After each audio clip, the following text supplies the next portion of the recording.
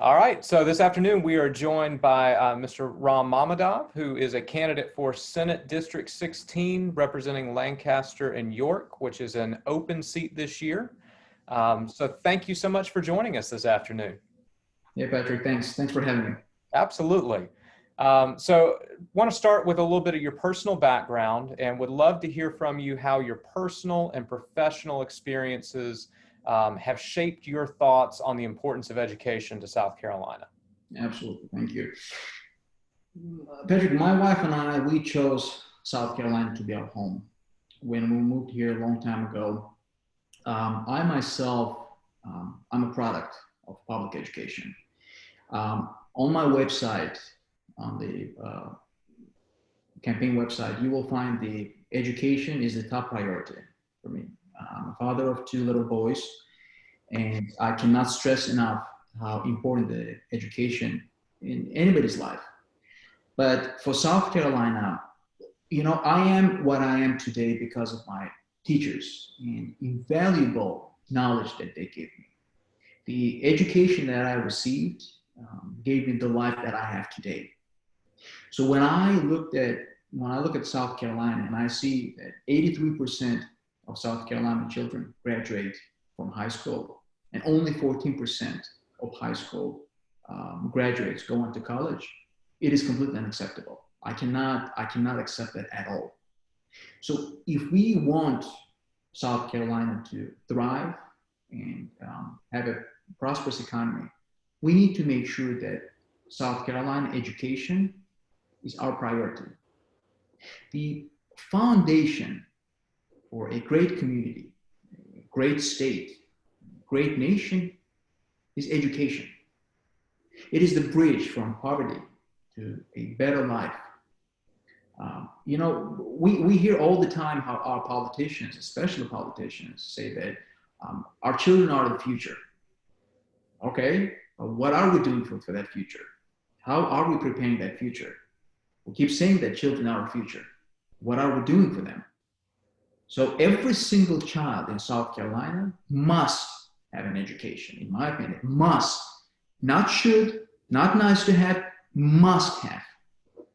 It is our job, it is our responsibility to provide that education at any cost.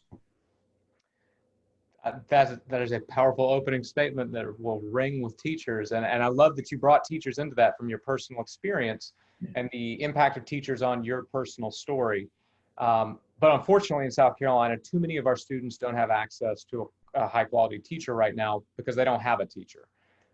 Last school year, our schools opened with 555 vacant teaching positions and over 6,500 teachers leaving the classroom at the end of the 2018-19 school year.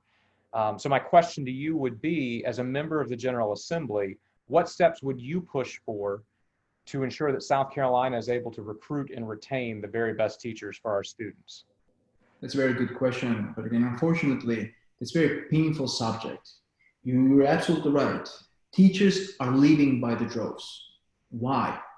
What is the problem? So if you allow me, Patrick, I need to go slowly for this to answer that question so that everyone who will listen to us can see how one step only in the right direction can explode, if I may use that word, it can explode into benefits in so many other areas. Patrick, I hope everyone, including yourself, would agree with me that teachers in South Carolina are underpaid. We are 42nd, we're in bottom 10, we're 42nd, or better yet to say, 8th worst state, among others, for starting teacher salary. So if we raise teacher salaries, then we will attract and retain, as you said, better teachers. Then better teachers will produce better students, better prepared for advanced education, vocational careers. Then students graduate into better jobs, better universities, get better pay, and have better future.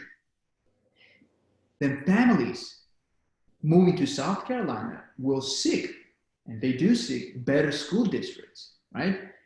And should be willing to pay more for a home. And paying more for a home has incredible benefits for our current and future homeowners. This, in turn, brings better growth.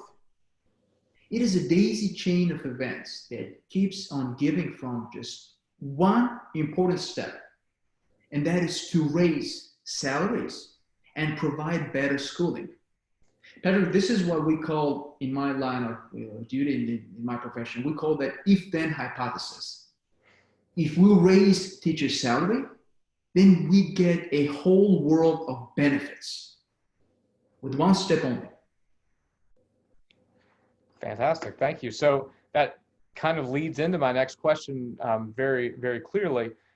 You mentioned in your opening statement that you believe that South Carolina must provide a high quality education to every student. Not should, but we must. And our state Supreme Court a few years ago famously ruled that the General Assembly does have an obligation to every child, but that obligation is only to provide a, quote, minimally adequate education to every student. Our association members tend to feel that minimally adequate is not a sufficient bar, that we should do more for our students. So you just talked about the daisy chain effect of raising teacher salaries. What else needs to be done to ensure that every single student in South Carolina has access to more than a minimally adequate education? So, Patrick, education of our children, it rests in the hands of our elected representatives in Columbia. They have failed us. They have failed our children. We know many reasons why they have failed, and every one of the issues can be solved with immediate action by state senators who care. South Carolina's education is in the bottom 10 in the country.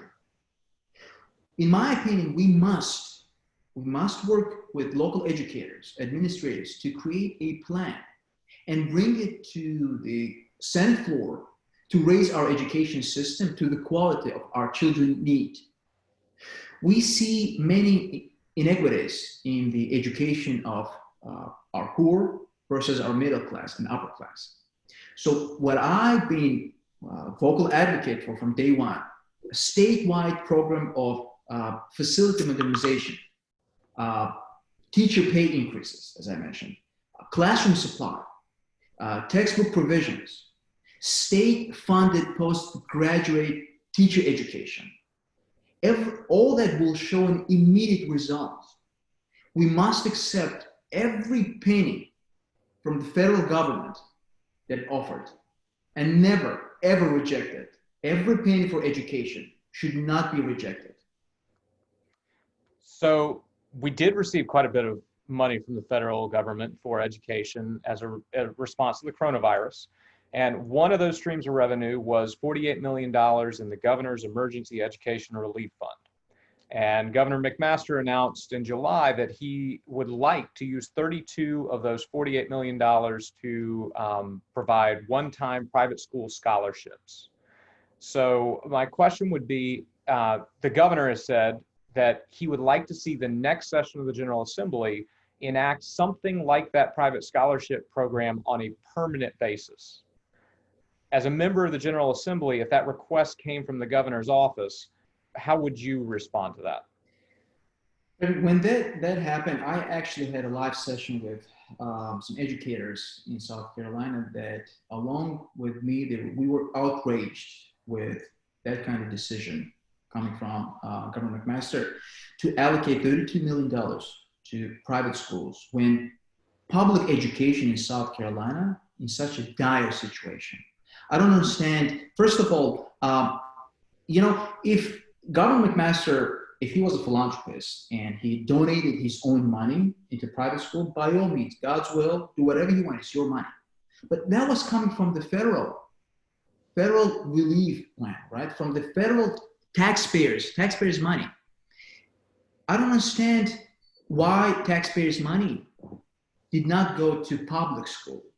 That's my question. I was like, why do we have to? Rich kids will go to school no matter what. Our concentration, our focus should be on the public education. So I could not comprehend that idea that when people know, when our officials, our leaders, they know how desperate public education in South Carolina is, and we're allocating 32 million instead of those who really need that money, we're allocating to rich kids, giving more for them to go to school. They will go to school, but you can send your children to private school. It's your decision, it's your choice, but it should not be done at the taxpayer's expense.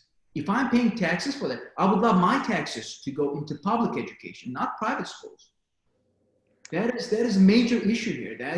I believe it was blocked by the court, right? So the judge blocked that. It's held up for now. I'm sorry? Held up for now. The state Supreme Court rules on it next week. Exactly. There we go. So, but that shouldn't be even done by it. That it's unprecedented act. It shouldn't be done by governor, knowing how desperately our children in public school.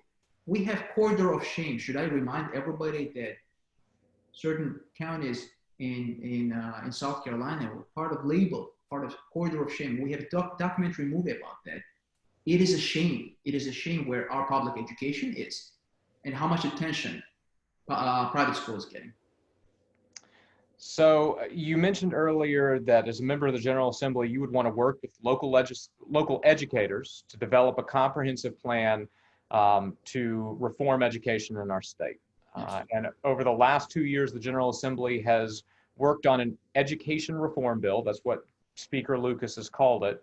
The House has passed a version, the Senate passed a version, but they've yet to pass a unified version to the governor's desk.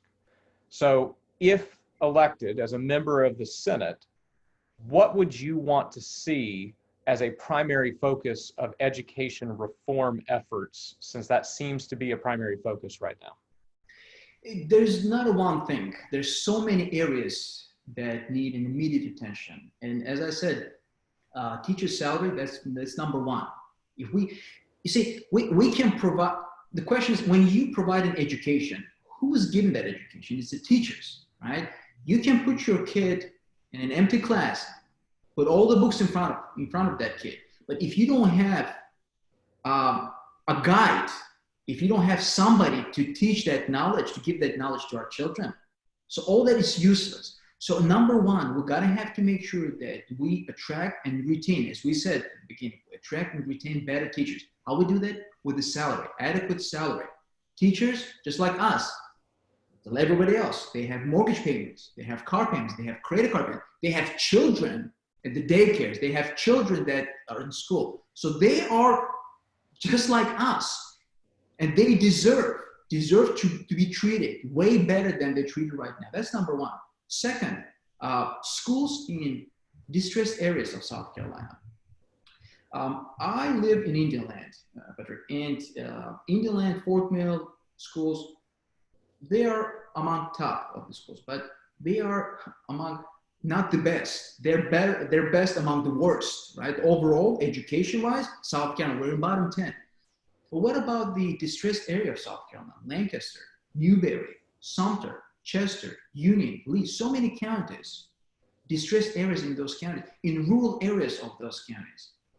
The school system is in a devastated situation. Nobody wants to teach there. Teachers don't want to be there. And the children, parents don't want to send their kids to those schools because schools are falling apart. So we need to divide actions there to focus on teachers and providing education, especially in those areas, right? As I said, corridor of shame. It is a shame to have that even named in South Carolina. There's so many areas that we're gonna have to concentrate. Well, we've covered a lot of ground, but I want to make sure to allow you to address any topic that you want to make sure our members know about you and your positions. So what have we not covered that you would want to make sure that they knew about? I think we've covered pretty much enough. But all I want to say is, from day one, I've been, even before thinking of running for office, when we moved to South Carolina, education was the reason that we moved to South Carolina. And I was surprised to find out how if you drive 10, 15 miles away towards Lancaster or other counties in the rural area, the situation completely different. It's opposite of what we are facing here today, right? So I would like for everybody, for our teachers, educators, first of all, I want to tell them that they are my heroes, our teachers, that when schools open up in September, you know, we had an option as parents, we had an option whether to send our children to school or to have online classes, right? So we had a choice. Our teachers, as I said, they're my heroes. They did not have a choice. They had to be in school. They have to be in school Monday through Friday, risking their lives, risking lives of those around them, right? For that, I salute them. I salute their courage and dedication, because regardless of the situation with pandemic, our teachers getting up early in the morning, 4 o'clock in the morning, and telling parents that I, as a teacher, will not let your children down. No matter what, I will not let them down, and I will provide an education for your children, no matter what, even if I get sick with COVID. So regardless of everything, regardless of desperate financial situation our teachers are facing, they're still providing an education for our children. And for that, I salute them. For that, they have my endless gratitude. And for that, they have me as their vocal advocate for protection and extension of their rights. Well, thank you. I know that those words will be an encouragement and a morale boost to teachers across the state. Thank you for sharing your time and your thoughts with us this afternoon. Thank you for your willingness to serve the state. And best of luck this fall. And thank you again for being a strong advocate for education. Thank you very much, Peter. Thanks for having me. Thank you.